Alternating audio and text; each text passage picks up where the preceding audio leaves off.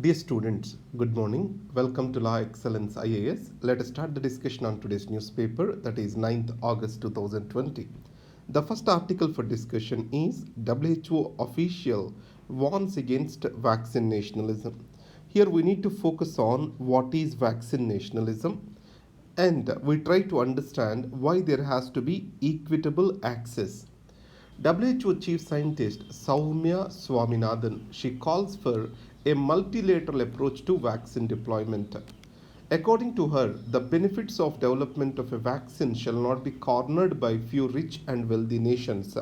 She says that equitable access to all, see the word equitable access, it means that the needy people have to get the first priority.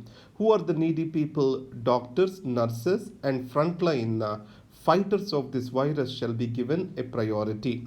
And second, countries which are rich and wealthy, they shall not corner the entire vaccine loads or vaccine doses. So distributing them across all the needy countries also has to be looked after. Now in this case, I'm also going to talk about vaccine colonialism.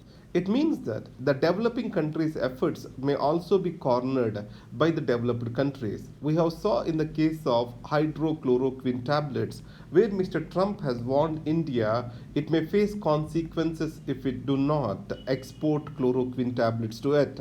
If similar circumstances are faced in the context of vaccine, I am using the word vaccine colonialism for that particular situation. The next article, The Man on the Top Must Be Firm. This is an interview with Julio Ribeiro, where we shall use the information in this article.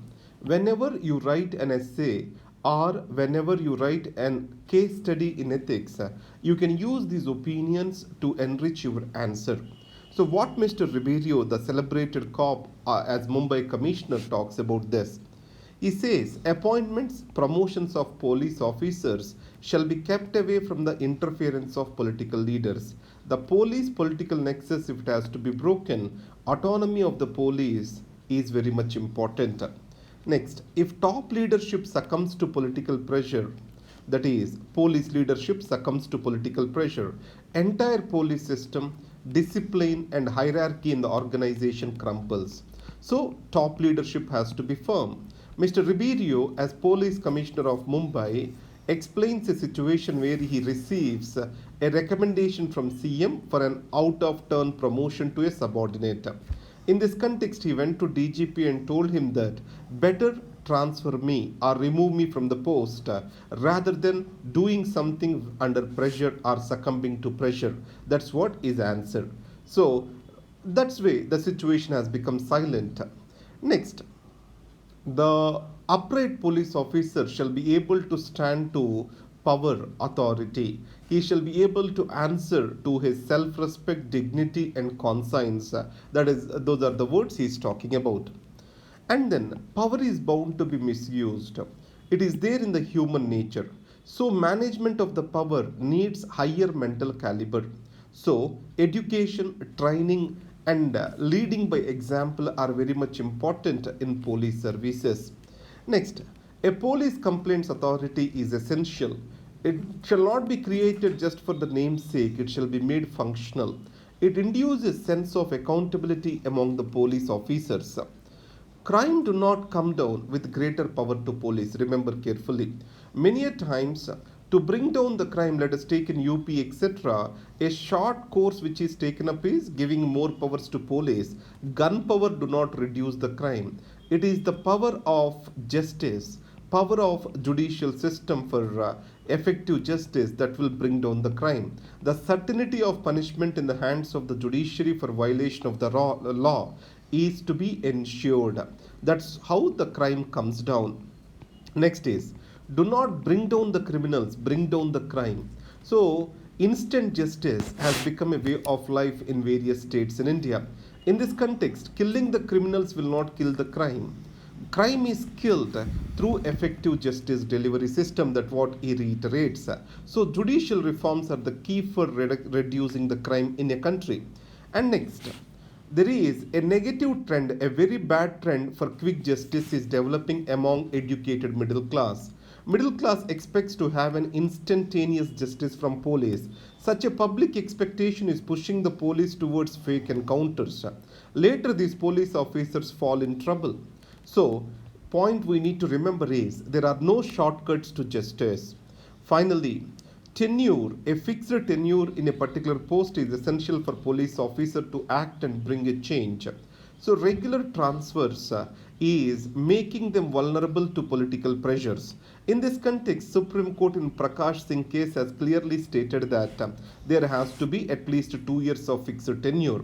Politicians bypasses this. How? A commission has to be created that is called Security Commission for promotions and transfers of police officers. These political leadership tries to create pliable people, weak people in these security commissions to get their job done. This is how it is getting weakened. Remember these statements, and you can use these statements in answering your case studies in ethics. The next article, the deepening gaps in basic public services. Public service delivery, improvising the public services is a topic in our GS paper 2 governance. So this article is about a book written by Shankar Iyer, that is Gated Republic. So what it is stated in this article is this: what gets measured gets done. It means rather than punishing an individual, measure the work and give them the feedback.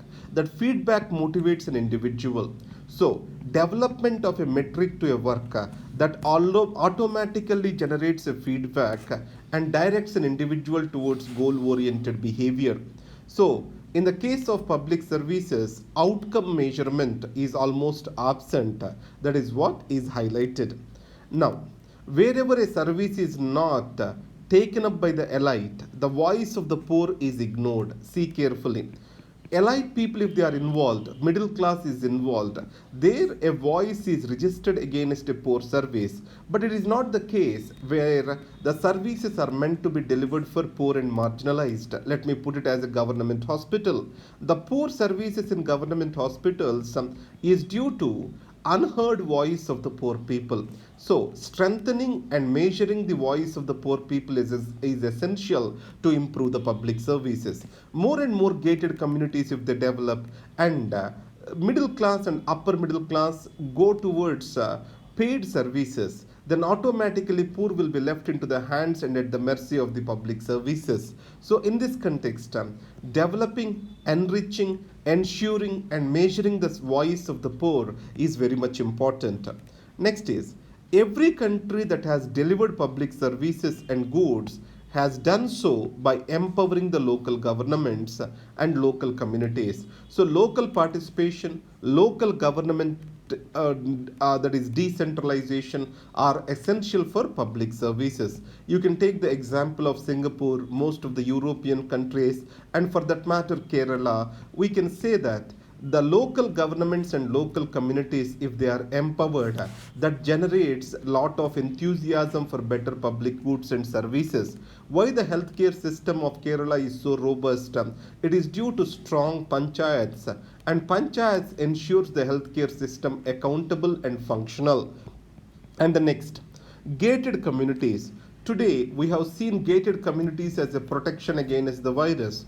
Our gated communities are believed to be islands of amenities in the midst of poverty in urban areas. In this context, author unambiguously says this: gated communities are not protection against virus or any pandemic.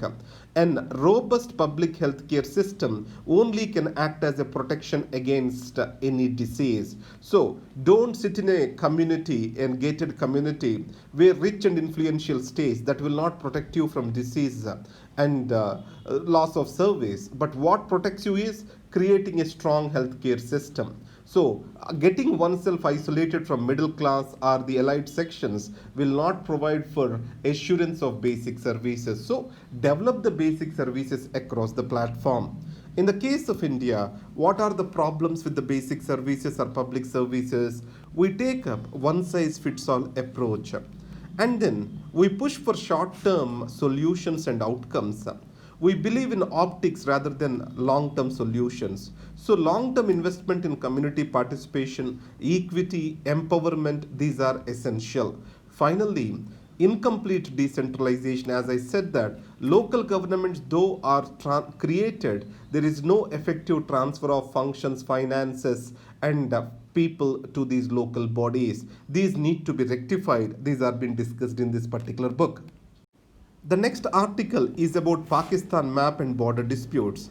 You know that the Pakistan has recently released a new map claiming the territories of India. Let us see what this map consists of. That is Jammu and Kashmir other than the eastern part. So the eastern part is having a conflict with China too. That's why Pakistan voluntarily ignored that particular area. Obviously, it creates a dilemma. It goes against the Shimla Agreement.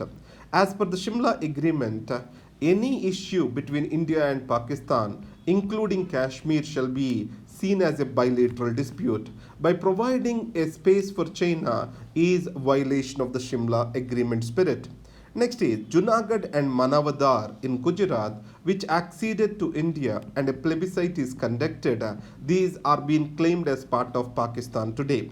And water bodies and entire territory that fall in Sar Creek region, also stated to be its part. Especially the Sar Creek region, it went through arbitration. So there was Ran of Kutch arbitration developed in 1966 in Geneva. As per its judgment, what happened? 10% of the part went to Pakistan, the remaining came to India. Now, Pakistan also wants to create a dispute surrounding this. Let us know a bit more about Ran of Kutch arbitration case of 1966-69. After partition, Sindh went to Pakistan and Kutch became part of India. But both claimed Ran of Kutch. In 1966, an ad hoc arbitration tribunal was constituted. A jurist from Iran, Switzerland, these were all the part of that particular tribunal. It only ceded 10% of the land to Pakistan, and arbitration granted entire Ran and its marshy areas to India, leaving some 10% of soil across the Ran to Pakistan. Now, Pakistan brings a dispute surrounding this particular arbitration award too. Now, in this case, what is the statement of India? India described this political map as an exercise in political absurdity. Remember this word to enrich your answer. An exercise in political absurdity. This is the word of India. Next is, why are Confucius institutes under scanner? You know that Confucius institutes and classrooms represent Beijing's soft power strategy. As like UK has British Council, Alliance Francaise for French, like that, the Confucius institutes and classrooms are Beijing's soft power. So USA banned them under National Defense Authorization Act. Why? So the Chinese government has huge control and involvement, influence on these institutions. That's why many countries believe that these are the places for spying and involving with certain internal matters. So government of India's education department also ordered for a review. Then what did the China say? China's embassy called on India to avoid politicization of normal cooperation. India also removed Mandarin from the list of foreign languages that students can study in Indian schools. In this case, what is the opinion of the author? De-emphasizing learning Mandarin may diminish the resources which we may need in the future to deal with China. Let's take if we need translators or someone else, some other services, we may not have the human resources if we de-emphasize learning Mandarin in schools. That is the opinion of author over here. Next issue related to immunity certificates. You know, not even one case of reactivation and reinfection of COVID-19 is reported. So there is a proposal for offering immunity certificates or passports for the people to move freely across the countries. So it helps to revive the business, that is the opinion expressed. In this case, there are many challenges. You'd see immunity haves and have-nots, two groups will be created. Some are given economic benefits, others are not. And then people will be incentivized to develop certain antibodies in their body so that they can travel and conduct business. So let's take plasma transfers are there. Once the plasma is transferred from another person, you can reflect the antibodies. You can show those antibodies and get that immunity certificate. These kind of misuses can happen. So it is not the time ripe for creating immunity certificates or immunity passports. That is the opinion expressed. The next article is Economy May Need Stimulus on Demand Side by Panagadia. India is facing a serious demand deficit problem. How can you say that? Much of the goods which are being produced are lying vacant in the godowns. You know that. Now it means they are not being pushed to the showrooms and to the consumers as consumers are not willing to spend. How can we make the consumers, spending? One is increase the money supply or money availability with them. That's where he says that the demand side stimulus is required, not on supply side. Supply side stimulus makes for more production. Demand side stimulus makes for more consumption. On other side, there is a challenge. India's debt to GDP ratio is mounting. It is close to 72% now. It is expected to go up to 85% by the end of this year. So that is too much a bomb. That is debt to GDP ratio is frightening in India now. Next is Rajapaksa's victory a fresh chance to boost ties. You know that SLPP Rajapaksa's party won 2/3 of the seats in Sri Lanka parliament.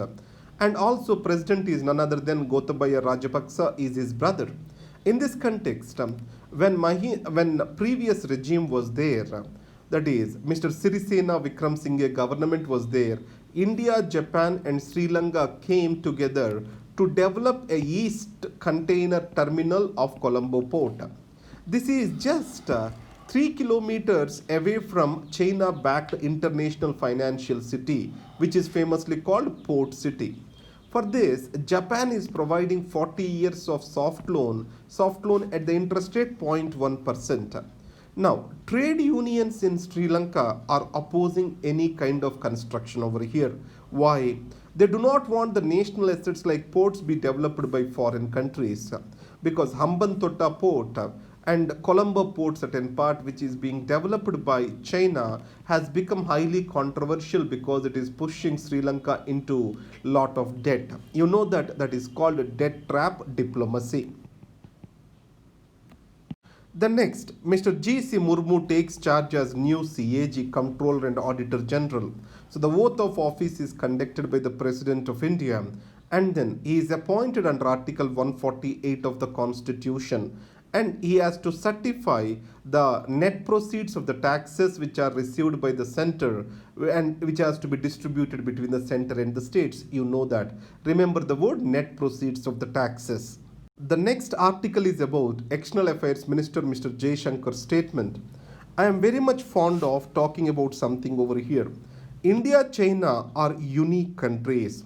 They are with billion plus population, and both of them are rising separately, parallelly, but differently. So parallel and differential rise of the two countries, those are the words which are being spoken over here. Parallel but differential rise of the two countries. Remember this word. These two countries are unique and there is a parallel and differential rise. India is rising in a democratic setup and China is rising in a communistic authoritarian setup. So that's why both of them are rising. Both have got long history and both of them are different and unique countries with billion plus population. And both are achieving to play a dominant role at the global affairs. That's why they are growing parallelly but differentially. That is the point I want you to reproduce in your mains answer. Thank you very much. Have a great day.